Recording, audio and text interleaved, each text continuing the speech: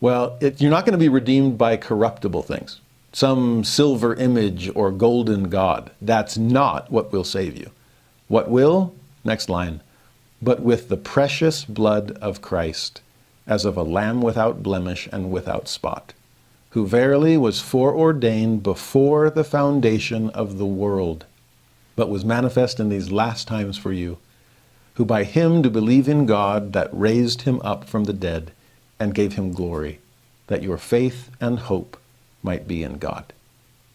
We have every reason to have faith and hope in God because of Christ. Christ is the proof that God is fully invested in our salvation. He sent him as a lamb without blemish. In fact, that lamb was prepared from before the foundation of the world. Think about that.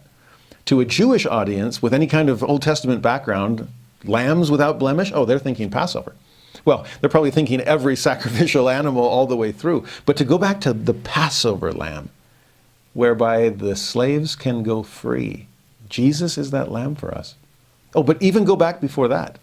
Before the Passover, these are the lambs, this is the ram in the thicket that allowed Abraham to spare Isaac. Go back even further, these are the lambs that were offered by Adam and Eve as a reminder they'd not been cast out of Eden forever.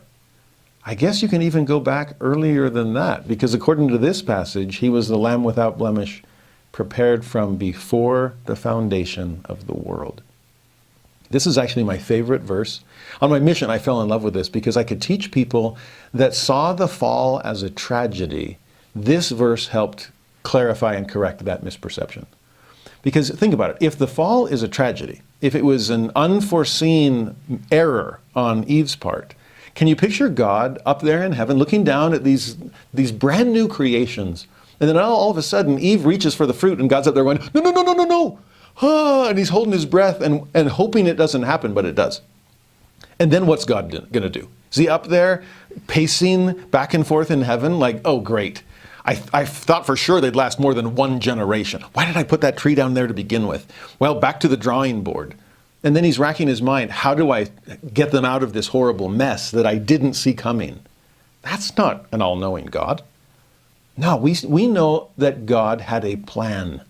And the question he asked in premortality was not, what shall we do? It was, whom shall we send? And send to do what?